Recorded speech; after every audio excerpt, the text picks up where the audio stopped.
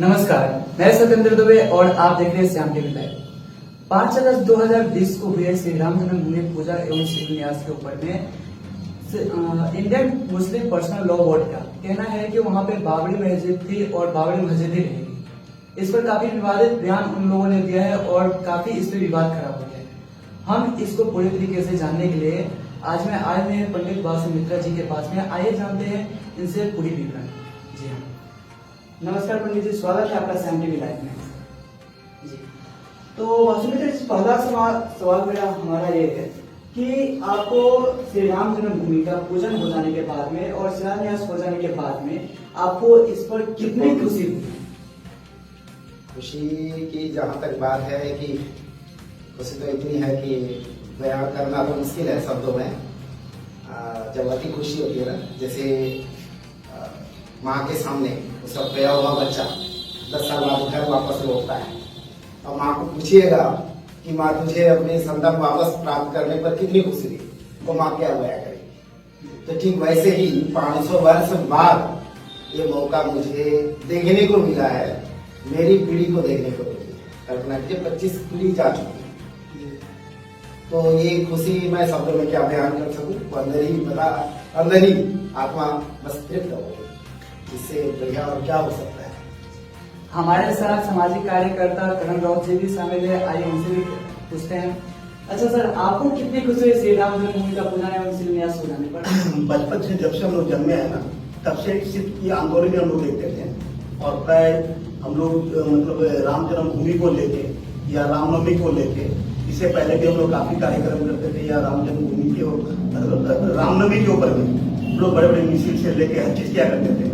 लेकिन जिस चीज का आंदोलन था इतने सालों से, कितने लोगों ने इसके लिए कुर्बानी दी है, कितनी माँ ने अपने बच्चे को खोया है इस राम मंदिर को लेके। तो अभी जब ये पूरा हुआ तो ये सिर्फ हमारे लिए नहीं, हमारे पूरे देश के लिए नहीं, पूरे वर्ल्ड में, क्योंकि हम लोग टीवी पे देखे, अमेरिका हो या लंदन हो या फ्रांस हो या वर्ल्ड का कोई कंट्री हो, हर कंट्री में जितने भी इंडियंस हैं, जितने भी हिंदू हैं, वो सारे के सारे लोग जिस दिन पूजा हो रहा था, जिस दिन ये मतलब राम जन्मभूमि में ये जो नींव रखा जा रहा था, तो पटाखे से लेके मतलब होली से लेके अबीर से लेके दीपावली से लेके सब कुछ मनाया गया, घर घर पे दिया जलाया गया। मतलब सिर्फ हम लोग ही नहीं, पूरा दुनिया ही इस चीज को लेकर काफी खुश है। जी, बहुत बहुत धन्यवाद। हमारे साथ एक और सामाजिक कार्यकर्ता राजन शर्मा जी मौजूद है, आइए जानते हैं उनसे। सर, आपको कितनी खुशी हुई?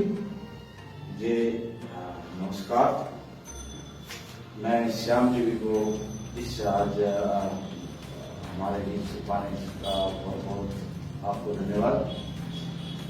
खुशी तो देखिए, जैसे पंडित जी ने कहा, खुशी एक खोया हुआ बच्चा माँ को जब मिलता है, वो बयां कैसे क्या बयां कर सकती है। वैसा ही ये विश्व का विषय है। राम तो संसार के लिए है, अपने भारत, खाली भारत के लिए नहीं है, कि पूरा विश्व के लिए राम में जीवन हो, कर्म में श्याम हो। राम में जीवन, कर्म में श्याम। हमारे हिंदू सनातनों के लिए राम ही हमारे जीवन है।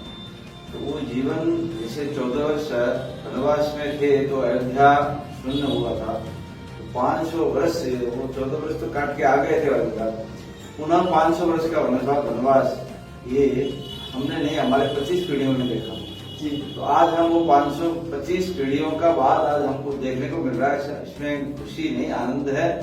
और आगे भी इसका और भी आनंद मिलेगा जब मंदिर निर्माण होकर पूरा हो जाएगा। और भी बहुत सारा काम करना है देश में। ऐसे काम तो उस दिन मोदी जी का सामने एक जो आचार्य जी ने बताया, दक्षिणा में मेरे को अयोध्या तो मिल गया, अब काशी मथुरा भी मेरे को चाहिए, बाकी भारत को हिंदू राष्ट्र बनाने का काम करिए, ये मेरी दक्षिणा है। ऐसा तो हम लोग यही चाहते हैं, भारत को हिंदू राष्ट्र बने। भारत जब भारत हिंदू राष्ट्र बन जाएगा तब हम लोग खुशियाँ और ज्यादा खुशी आनंद मिलेगा। अभी का खुशी से पूर्ण नहीं है हम, आगे बहुत काम है, ये काम पूर्ण हो जाए तो फिर हम लोग का खुशी आगे मनाएगा। और अच्छा राजन जी, अभी आपने जो बोला कि काशी और मथुरा बाकी है, तो अभी फिलहाल में हमने सूत्रों के हवाले से या फिर काफी जगहों से सुनने को आ रहा है कि सभी हिंदू संगठनों का कहना है कि राम मंदिर जो जन्मभूमि है वो तो अभी झांकी है, लेकिन काशी मथुरा ये सभी अभी बाकी है। इसका कहने का पीछे तात्पर्य क्या है, पूरी तरीके से खुल के बताइए हमारे दर्शकों को। देखिए, काशी मथुरा में भी हमारे काशी में विश्वनाथ विराजते हैं और मथुरा में हमारे कृष्ण, मैंने कहा राम है जीवन, कर्म है श्याम। तो मथुरा में हो गया उनका जन्म, जहाँ कृष्ण का जन्म हुआ था। वहां भी देखिए, वहां भी कुछ ऐसे ही कुछ बाबरी मस्जिद जैसे वहां भी एक ढांचा बना हुआ है। ये तो आदि अनादिकाल से नहीं था। जब यहाँ मुगलों का आक्रमण हुआ उस समय वहां भी बन गया मस्जिद। तो हमारे जहाँ मंदिर है वहाँ मस्जिद बनने की आवश्यकता नहीं है। हम जहाँ मस्जिद वहाँ मंदिर तो बनाते नहीं है। जहाँ मंदिर वहाँ मस्जिद बनता है, जहाँ मस्जिद वहाँ मंदिर नहीं बनता है। तो ये जबरदस्ती सब काम है, इस काम को मिलजुल के सब इसको हटाना है। अपना अपना जगह में सब अपने अपने रहो। इसका कहने का तात्पर्य यही है, अपने अपने स्थान पे रहो, कहीं किसी का ऊपर अतिक्रमण मत करो। सबको खुशी से शांति से जीने दो और खुद भी शांति से जिए। इसका कहने का तात्पर्य यही है। बहुत बहुत धन्यवाद। अच्छा पंडित जी, आपसे तीसरा सवाल ये है कि जो Indian Muslim personal law board है, उनका कहना है कि अयोध्या राम मंदिर जहाँ पे, वहाँ पे पहले बाबरी मस्जिद थी, हाँ, और आगे भी मस्जिद ही रहेगी। वहाँ पे मंदिर बना देने से मंदिर की जगह नहीं हटाती है और आगे में चल करके उनका ये भी कहना है कि वो मंदिर तोड़ करके मस्जिद बनाना चाहेंगे। हाँ, इस पे आपका क्या विचार है? पर्सनल लॉ बोर्ड की जहां तक बात है, कल को मैं खड़ा हो जाऊंगा, मैं कहूंगा कि मेरा एक पर्सनल लॉ बोर्ड है, तो इसका मतलब क्या है? पहली बात तो पर्सनल लॉ बोर्ड पर ही प्रश्न चिन्ह खड़ा होता है जी। जैसे पता नहीं सरकार के क्या चिंतन है, मेरा व्यक्तिगत चिंतन ये है कि चूंकि देश एक है, धर्मनिरपेक्ष कहा जाता है, तो सबके लिए एक कानून जी पहली बात है। तो इस विषय पे अगर हम चर्चा करें तो पर्सनल लॉ बोर्ड की कहीं कोई अस्तित्व मैं स्वीकार नहीं करता, पहली बात। दूसरी बात, जहां तक ये तोड़ देंगे जो भी है, ये जो कह रहे हैं, ये व्यक्तिगत मत वो जाहिर कर रहे हैं और उनकी दुष्टता जनता के सामने, दुनिया के सामने नजर आ रही है। तीसरी बात, बाबरी मस्जिद पहले था, उन्होंने कहा, उनकी बात ही अगर हम पकड़ लें तो बाबरी मस्जिद से पहले क्या था, सवाल तो ये भी उठेगा जी। हाँ, तो बाबरी मस्जिद से पहले क्या था, जनता तो जानती है, दुनिया वाले जानते हैं कि उससे पहले वहां राम मंदिर था। अयोध्या में भगवान रामचंद्र जी जन्म लिए थे, वो जन्मभूमि में राम मंदिर चूंकि था, फिर एक विदेशी आक्रामक आए और उस राम मंदिर को तोड़ करके बाबरी मस्जिद बनाया गया। तो स्वाभाविक है जो चीज, देखिए भगवान राम मंदिर, भगवान राम की का जो मंदिर बन रहा है, ये अगर ये सोच रहे हैं कि मुसलमान लोग ये सोच रहे हैं कि ये तो गलत हो रहा है, मस्जिद तोड़ा गया है, तो उससे पहले मंदिर तोड़ा गया, उस पर कोई ये नहीं है, पहला। दूसरा, अगर वो ये सोच रहे हैं कि ये भगवान राम का मंदिर बन रहा है तो हिंदुओं का मंदिर बन रहा है, हमारे प्रति उन लोगों के अंदर जो भावना है वो गलत है, ये सोचना तो बंद कर दे पहली बात। क्योंकि मैं इस विषय पे दृष्टिपात करना चाहूंगा। मान लीजिए भगवान राम का मंदिर वहां बन रहा है, भगवान राम थे, त्रेता युग में रामचंद्र जी थे लाखों वर्ष पहले। तो उस समय आप वाल्मीकि मुनि का रामायण पढ़ लीजिए, क्या भगवान राम हिंदू थे? क्या भगवान राम मुस्लिम थे? उस समय क्या क्रिश्चियन थे? उस समय क्या बौद्ध, जैन आदि जितने भी हम धर्म कह रहे हैं, उस समय धर्म ही अलग अलग नहीं था। ये क्या था? एक ही था, सनातन धर्म था, सनातन वैदिक धर्म था। तो सनातन वैदिक धर्म जहां था, उसके विपरीत में कोई धर्म था क्या? पूरा रामायण पढ़ लीजिए। जब उसके विपरीत में कोई धर्म था ही नहीं, तो भगवान राम हिंदू के ही हो गए, मुस्लिम के नहीं हुए, तो कैसे? विचार करने की बात है ना, केवल हवा में उड़ करके बयानबाजी करने से तो कोई फायदा नहीं। आचार्य जी, हम आपसे फिर सवाल पूछेंगे। करण जी, हमें ये बताइए कि बहुत लोगों का कहना है वहाँ पे, जो कि खास करके विशेष समुदायों का कहना है कि वहाँ पे मंदिर नहीं बना करके अस्पताल या कॉलेज बनाना चाहिए। इस पर आपकी क्या राय है?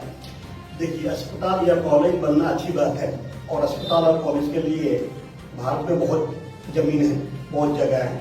जब बनाना है तो अलग जगह बनाए, लेकिन जिस जगह यदि किसी का दिल से या किसी का धर्म से जुड़ा हुआ कोई जगह है ना, उस जगह पे हम लोग नहीं कर सकते हैं। अब कहते हैं कि दूध जो हम आप शिव भगवान पे चढ़ाते हैं, तो शिवलिंग पे नहीं चढ़ा के उस दूध को गरीबों को देना चाहिए, सही बात है। लेकिन यदि हमारे माता पिता हमें जन्म दिए हैं और माता पिता के लिए यदि हमको कुछ करना पड़े, सब कुछ तो उन्हीं का है, वही सारा चीजें मिलती हैं, लेकिन उनका देना एक हमारा धर्म बनता है। लेकिन उनको ना देके हम सिर्फ गरीब बच्चों में बांटे या सब में बांटे, ये मतलब नहीं बना। जब हम कमाते हैं तो अपने माँ को भी देखते हैं, अपने पत्नी को भी देखते हैं, अपने बच्चों को भी देखते हैं, साथ में समाज को भी देखते हैं। तो सेम चीज हो गया, जहां पे मंदिर को लेके बात उठ रहा है ना, वहां पे ये स्कूल और कॉलेज और यूनिवर्सिटी और अस्पताल झुकाने का तो कोई मैटर ही नहीं आता है, क्योंकि वह मंदिर और मस्जिद का बात ही उठ रहा है। तो वहां या तो मंदिर बनेगा या तो मस्जिद बनेगा। लेकिन चूंकि जैसे बात हो रहा है कि 500 साल से इस राम मंदिर को लेके वहां से भी बात हो रहा है, और 78% आबादी जो है चाहता है कि वहां राम मंदिर ही बने। और जब ये सुप्रीम कोर्ट ऑर्डर दे चुका है, तो ये पर्सनल लॉ बोल के कुछ आता ही नहीं है, क्योंकि एक देश एक कानून ही होता है। और हम लोग क्या है ना कि 500 साल से इसलिए वेट किए कि कानून का फैसला आया और जाके मंदिर बने, बोल के 500 साल लगा। लेकिन यदि जोर जबरदस्ती तोड़ फोड़ करके बनाना होता ना, तो ये 500 साल का वेट नहीं होता जी। वो 500 साल पहले मंदिर वो बन चुका रहता। लेकिन आज सुप्रीम कोर्ट का ऑर्डर आने के बाद में हमारे प्रधानमंत्री पूजनीय नरेंद्र मोदी जी जो उसका उनका शिलान्यास किया, और उसके बाद प्लस्टर बोर्ड या जो भी समाज आके कहता है कि उसका आज से 10 साल बाद हो, 20 साल बाद हो, 50 साल बाद हो तोड़ेंगे, तो जब वो तोड़ेंगे तो हम लोग भी चूड़ी पहन के बैठे नहीं है, या हमारा समाज भी चूड़ी पहन के बैठा नहीं है, हमारा देश भी चूड़ी पहन के बैठा नहीं है। तो वो यदि उग्रपंथी बात करेगा तो हम लोग भी उग्रपंथी बात करेंगे। हमारे मोदी जी जिस तरह कहते हैं कि जिसको जिस भाषा में समझ आवे ना, उसको उसी भाषा में समझाना चाहिए। तो उस बगल जो परिस्थिति होगा तो हम लोग भी उसके लिए रेडी है। Thank you very much. बहुत बहुत धन्यवाद। अच्छा पंडित जी, जब नरेंद्र मोदी जी ने वहां पर पूजा एवं शिलान्यास कर दिया, तो वहां अयोध्या के श्री राम मंदिर जी के जो पुजारी थे, पुरोहित जी थे, उनसे पूछा गया कि आप दक्षिणा के रूप में क्या देते, तो उनका जवाब आया था कि वो पूरे भारतवर्ष में गौ हत्या बंद करवाना चाहते। इस पर आपकी क्या राय है? ये तो अच्छी बात है कि दक्षिणा के रूप में उन्होंने मांगा है, इससे बढ़िया और क्या चीज। नहीं तो कोई धन दौलत मांग लेते। सामने प्रधानमंत्री ये जो मान के रूप में बैठे हुए हैं, कुछ भी चाह सकते थे, मकान मांग सकते थे, जमीन मांग सकते थे, लेकिन उन्होंने देश के लिए सोचा। क्योंकि देश जो है ना, हमारे धनों में गिनती आता है गोधन। गोधन एक धन है, और जिसे हम माता कहते हैं। मनुष्य को 5 माता मिली है, शायद लोगों को नहीं पता होगा। मनुष्य के निर्माण में 5 माता करके बताइए कि ये 5 माताएं कौन कौन सी हैं? सबसे पहले तो यह है कि जब जन्म लेता है संतान, तो मान लीजिए उसकी माँ जो जन्मदायिनी है, एक माँ तो ये है। दूसरी माँ ये है कि जब उसके स्तन से निकला दूध से उसका जीवन नहीं चल रहा है, तो फिर किसी जानवर के, जैसे मानिए किसी पशु के दुग्ध से उसे पालन पोषण करना पड़ता है। वो पशु कौन है? गौ माता है, इसलिए उनको माता का दर्जा दिया गया है। जानवर नहीं बोलते हमारे यहाँ। तो गौ माता, उसके दुग्ध से जो है फिर उसका जीवन चलता है। फिर धीरे धीरे गौ माता के दुग्ध से उसका जीवन जब नहीं चलता, तो फिर अन्न, धरती माता की गोद से ऊंचे अन्न से उसका जीवन चलता है, इसीलिए धरती को माता कहा है। 3 माता तो हो गए। अब चौथी माता, ये सिर्फ मनुष्य के सौभाग्य की बात है। ये 3 माँ तो एक पशुओं को भी है, पशुओं को भी। वो धरती के उपजे अन्न से भी होगी जीवन चलाता है, जन्म लेता है, और उसके माँ के दुग्ध से जीवन। ये 3 माता तो सेम है। अब बाकी जो 2 माता है वो सिर्फ मनुष्य को है। चौथी माता ये है कि केवल पशुओं की तरह जीवन चलाना ही तो काफी नहीं है।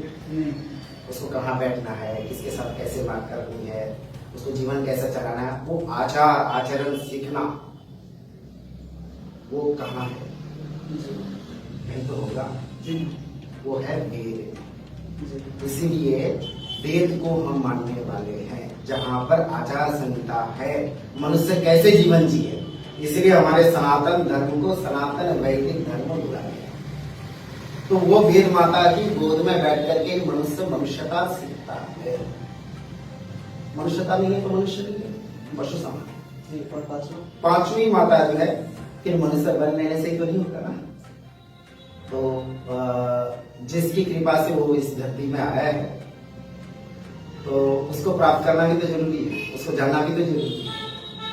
जिस ईश्वर की कृपा से वो जन्म लिया है, उसको जानना भी तो जरूरी है। और उसको जानने के लिए जरूरी है कि वो एक माता की गोद में बैठे, वो है श्रद्धा।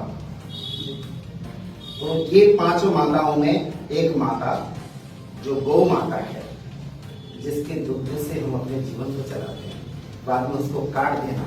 आप कल्पना कीजिए, जिस माता की गोद में मैं जन्म लिया, उसको काट देने के बराबर ही तो है जी। तो आज वो बहुत दुनिया की नजर उस पर उन्होंने दिया कि आज ये सही मौका है कि दुनिया का दृष्टिपात करे, दुनिया का दृष्टिपात करे कि आज ये अवसर है, दुनिया देखे कि हम गौ माता का कितना सम्मान करते हैं, उनकी रक्षा की जरूरी है।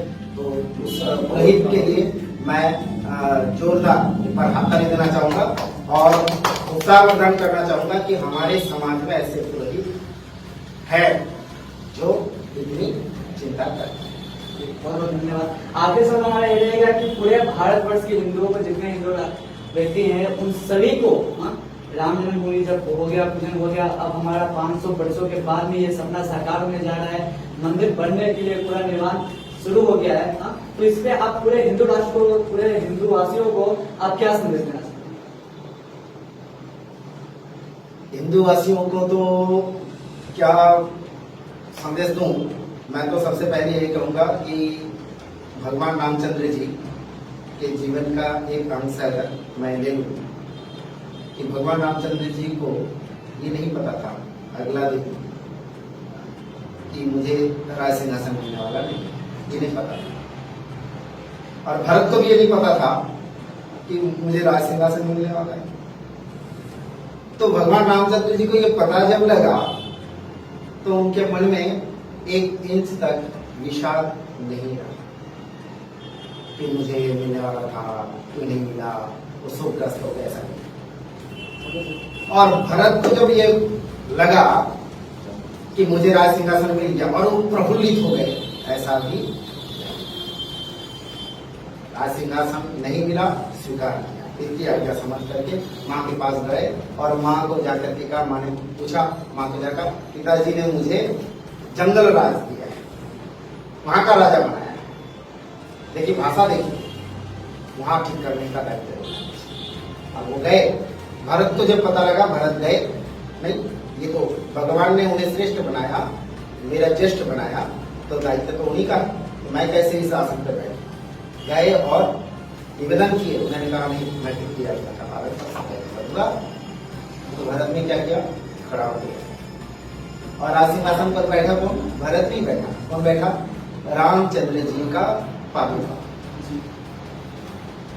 कवि की भाषा में कहूं कि राज तिलक की गेंद बनाकर खेलने लगे 2 खिलाड़ी, इधर राम ने ठोकर मारी तो उधर भरत ने ठोकर मारी। परिणाम स्वरूप राज्य किसका रहा, न राम का रहा, न भरत का रहा, राज्य प्रजा का। इसीलिए आज भी लोग राम राज्य की कल्पना करते हैं, जहाँ पर सभी बिना किसी भेदभाव के सुख शांति और चैन से रह सके। आज भी वही भावना को लेकर के राम मंदिर की स्थापना हुई। इसमें अगर कोई मतामले, कोई धर्मावलंबी अगर अपने आप को हीन समझ रहे हैं तो उनकी हीन भावना को वो खत्म करे और एक साथ राष्ट्र निर्माण के लिए आगे बढ़े। इन्हीं शुभकामना के साथ बहुत बहुत धन्यवाद आचार्य जी। करण जी, आपकी क्या राय है, पूरे हिंदू राष्ट्र को आप क्या देना चाहते हैं संदेश? बताया ना कि जैसे राम को हम लोग पुरुषोत्तम राम कहते हैं। पुरुषोत्तम राम का मतलब ये हो गया कि जैसे वो एक अच्छे बेटे में गिनती आते थे, बाप मतलब बताया कि मतलब मान के चले कि सवेरे उनको राज सिंहासन मिलने वाला था और सुबह में उनको राज सिंहासन लेकर के जंगल जाना पड़ा। तो वो जिस तरह से मतलब कैरेक्टर को लेकर जो बात होता है ना, तो उनका जैसा कैरेक्टर किसी में नहीं था। पुरुष तो सभी होते हैं, लेकिन उनको जो पुरुषोत्तम राम जो कहा जाता है, तो उस तरह का जो कैरेक्टर आदमी थे कि लोग भगवान का दर्जा दिया, भगवान मानते हैं, तो उसी तरह का आचरण या रामायण से हम लोग, यदि रामायण हम लोग देखते हैं तो रामायण से हम लोग बहुत कुछ सीखने को मिलता है।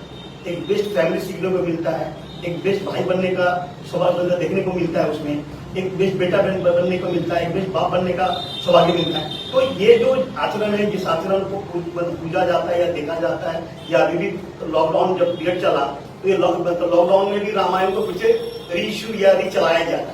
हम लोग जब छोटे छोटे थे तब जाके हम लोग रामायण देखते थे, लेकिन अभी इस पीरियड में जब रामायण देखे हम लोग लॉकडाउन के पीरियड में, तो लॉकडाउन के पीरियड में रामायण देख के रामायण जैसा कैरेक्टर हम लोग सबको ही अपनाए।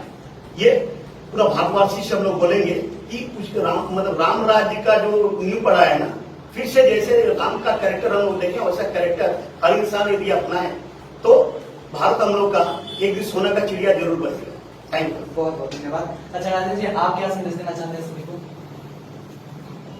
मैं तो एक संदेश देना चाहता हूँ, जैसे राम जी का जैसा जीवन था, हम लोग उसका एक अंश भी अगर देशवासी अपने इसमें देते हैं, आपस में सभी जाति भेद वर्ण पंथ सब मिटा करके एक हो जाए, सभी एक परिवार बन जाए, वसुधैव कुटुंबकम, संसार को परिवार माने, और भगवान राम का जो जीवन है थोड़ा सा अपना जीवन में उतारे और संसार राममय हो, सबका सुख शांति हो, यही संदेश है। बहुत बहुत धन्यवाद। हम आपसे नए नए खबरों के साथ में मिलते रहेंगे। बने रहेगा श्याम टीवी लाइव में। धन्यवाद।